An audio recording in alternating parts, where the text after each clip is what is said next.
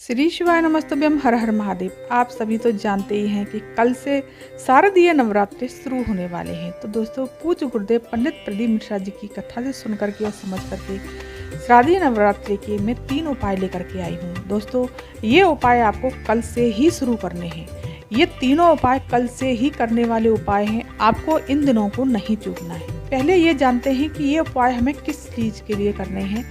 दोस्तों, पूज्य गुरुदेव ने कहा है कि अगर कोई भी आपकी विशेष मनोकामना है, जो कि आपकी कामना बहुत प्रयास कर लिए पूरी नहीं हो रही है, व्रत कर लिए, पूजा अनुष्ठान कर लिया या और भी कई अन्य उपाय कर लिए, तो आपको मनोकामना के लिए 9 पुष्प का उपाय बताया है पूज्य गुरुदेव ने।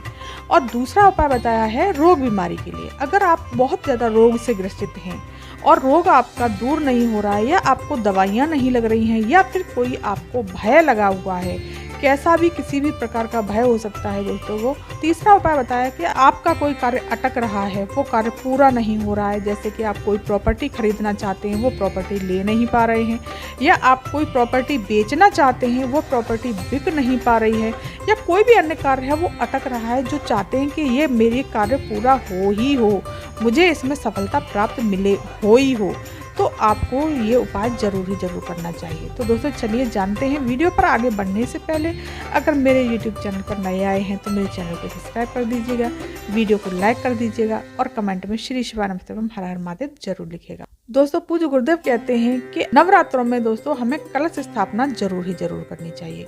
कलश स्थापना से माता रानी खुश होती हैं और हमारे दुखों को दूर करती हैं। हर पूजा पाठ में, हर एक विधि में कलश स्थापना का एक बड़ा ही महत्व है। दोस्तों, अगर पूज्य गुरुदेव और कहते हैं कि अगर आपने अखंड दीपक लगाया है तो उसकी बाती दक्षिण दिशा की तरफ नहीं होनी चाहिए। अगर उसकी बाती का मुख दक्षिण दिशा की तरफ होता है तो घर में साल भर में एक घात जरूर होती है। तो आपको ध्यान रखना है, भूल कर भी अपने अखंड दीपक की बाती का ध्यान रखिएगा कि दक्षिण दिशा की तरफ ना हो। चलिए जानते हैं पहला उपाय, जो कि आपकी मनोकामना के लिए है, जो कि बहुत दिनों से प्रयास कर रहे हैं। कोई भी मनोकामना, कैसी भी मनोकामना हो सकती है, कुछ भी कैसी भी मनोकामना हो, तो आपको क्या करना है, एक दीपक ले लेना है घी का, लेकिन आपको आटे का दीपक बना लेना है दोस्तों। क्योंकि अगर मिट्टी का दीपक ले जाना चाहते हैं तो लेकिन आपको रोज नया कोरा मिट्टी का दीपक ले जाना पड़ेगा। और अगर आपको आटे का दीपक सबसे शुद्ध होता है तो आप आटे का दीपक बना लीजिए, गोल बाती का। और दोस्तों, आपको लाल पुष्प ले रहे हैं 9 लाल पुष्प ले लीजिए। ऐसा कोई ज़रूरी नहीं है कि लाल ही हो, आपको 9 लाल पुष्प ले लीजिए या सफ़ेद ले लीजिए। जो भोलेनाथ को समर्पित होते हैं वही पुष्प आपको लेने हैं 9 पहले दिन। और आपको 1 लोटा जल ले लेना है अपनी रसोई से और सीधे देवादेव महादेव के शिव मंदिर पहुंचना है। दोस्तों, ये उपाय आपको प्रतिदिन करना है, लेकिन आपको 9 पुष्प पहले चढ़ाएंगे पहले दिन, कल के दिन, तो इसकी संख्या दुगनी हो जाएगी। दूसरे दिन हमें 18 पुष्प चढ़ाने हैं, तीसरे दिन 27 पुष्प चढ़ाने हैं और चौथे दिन 36 पुष्प चढ़ाने हैं।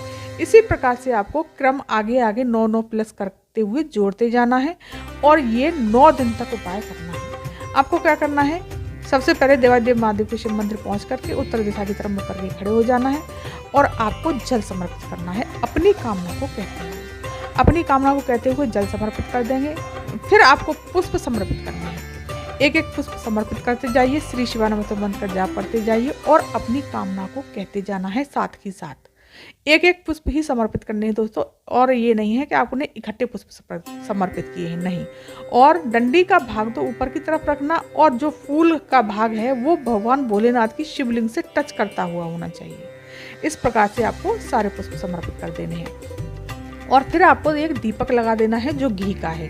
अगर दोस्तों गाय का घी मिल जाता है तो बहुत ही अच्छा है, गाय का घी मिल जाए तो ज़्यादा अच्छा रहेगा।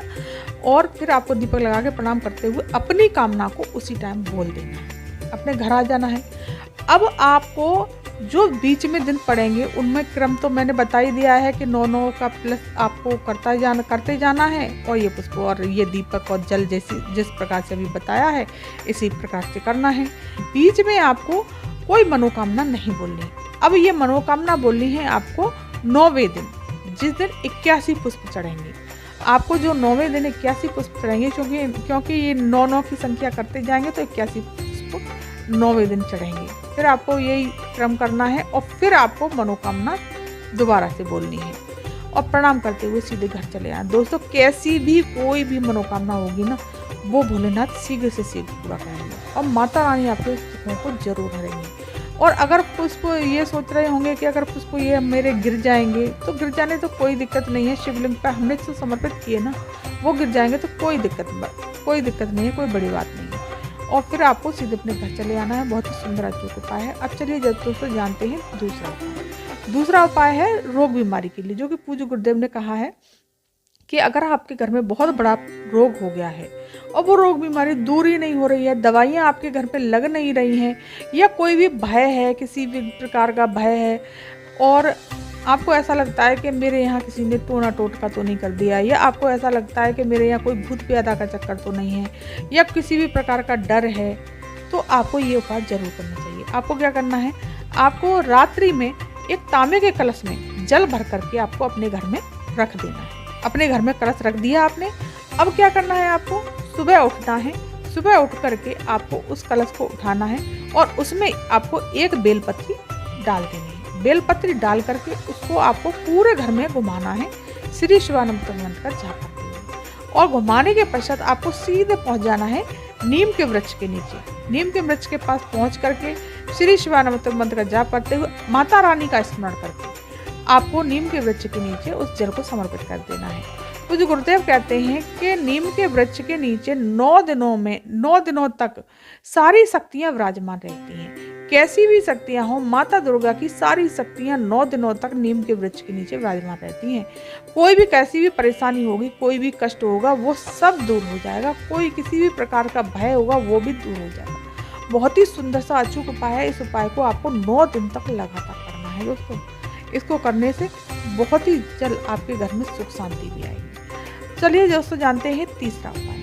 अगर कोई भी कार्य आपका अटक रहा है, पूरा नहीं हो रहा है, बहुत प्रयास कर लिया लेकिन वो कार्य आपका पूरा हो ही नहीं रहा है, कोई भी चीज़ आप बेचना चाहते हैं, खरीदना चाहते हैं, वो भी आप नहीं कर पा रहे हैं, बहुत समस्याएं झेलनी पड़ रही हैं, तो आपको इन 9 दिनों में 9 दिन तक लगातार आपको ये उपाय करना है। कल से ही चालू कर दीजिए। आपको अपने घर में पहले तो कलश स्थापना करनी है। कलश स्थापना करने के बाद जिस प्रकार से आप विधि विधान से माता रानी की पूजा करते हैं, उस पूजा को करना है।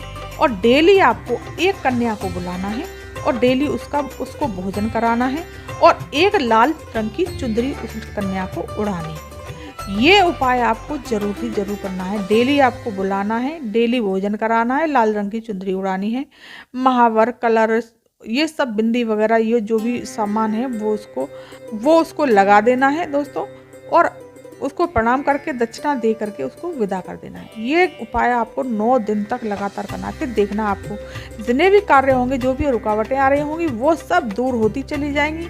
सारे कार्य आपके बनते चले जाएंगे। जो चीज़ आपकी बिक नहीं रही होगी, वो भी बिकने का सौदा हो जाएगा। और आप खरीदना चाहते हैं तो आप खरीदने का भी सौदा कर आएंगे। हो सकता है माता रानी बहुत जल्द प्रसन्न होकर के आपको मनवांछित वर की प्राप्ति कराएं और आपके सारे बिगड़े हुए कार्य को सुधार दें। सारा काम आपका बढ़ता चले जाएगा। बहुत ही सुंदर सा अचूक उपाय है। इस उपाय को दोस्तों जरूर करिएगा। नवरात्रि, शारदीय नवरात्रि बहुत ही विशेष खास महत्व रखती है। माता रानी आप पर प्रसन्न होकर के सारे कष्टों को दूर कर देंगे। भोलेनाथ की कृपा आपके ऊपर बनी रहेगी। तो दोस्तों ये थी जानकारी आज की। अगर इस वीडियो पर आप नए आए हैं तो मेरे चैनल को सब्सक्राइब कर दीजिए और मेरे वीडियो को लाइक ज़रूर कर दिया करिए दोस्तों। लाइक से हमें मोटिवेशन मिलता है और हमारे दिल को भी यूँ लगता है कि हाँ, किसी को हमारी वीडियो पसंद आई, सुनी बस। और कमेंट में अगर लिख सकते हैं तो हर हर महादेव या श्री शिवानंद या कोई सा भी, कैसा भी भगवान का कोई सा भी प्यारा सा नाम हो वो लिख दीजिए। या कोई वीडियो मेरी वीडियो आपको पसंद नहीं आ रही है तो ये भी लिख सकते हैं कि मुझे आपकी वीडियो पसंद नहीं आ रही है। तो ऐसी कोई वो नहीं है, आप कुछ भी लिख सकते हैं। धन्यवाद।